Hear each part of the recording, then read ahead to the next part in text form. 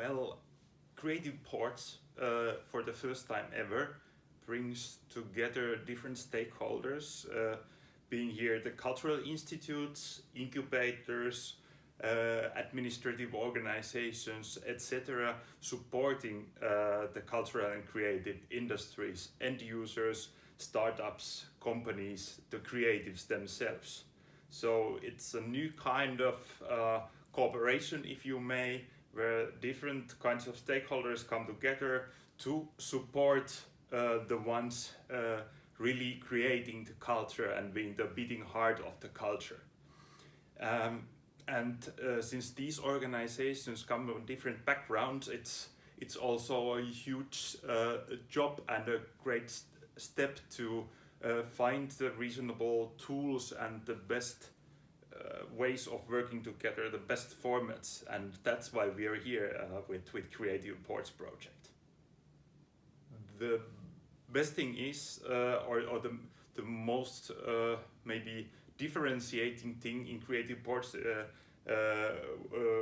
in comparison with other projects is that it supports the intermediary organizations. So it's not in the first line supporting the end users and the creatives as themselves, but it helps to create and bring into tools for the intermediaries, for the support organizations to then foster the internationalization possibilities of those creatives and companies in the creative industries.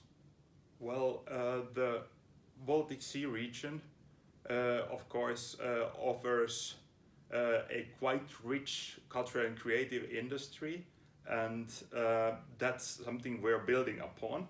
But it lacks internationalization capabilities. So these are mainly the creative industries are mainly locally working small and medium enterprises who don't have yet international contacts, are missing also the tools for internationalization, and so are their support organizations, and that's maybe one of the most important things in Creative Ports, that we are really bringing these tools of internationalization, these internationalization possibilities to the intermediary organizations who can then support the end users, the cultural and creative enterprises.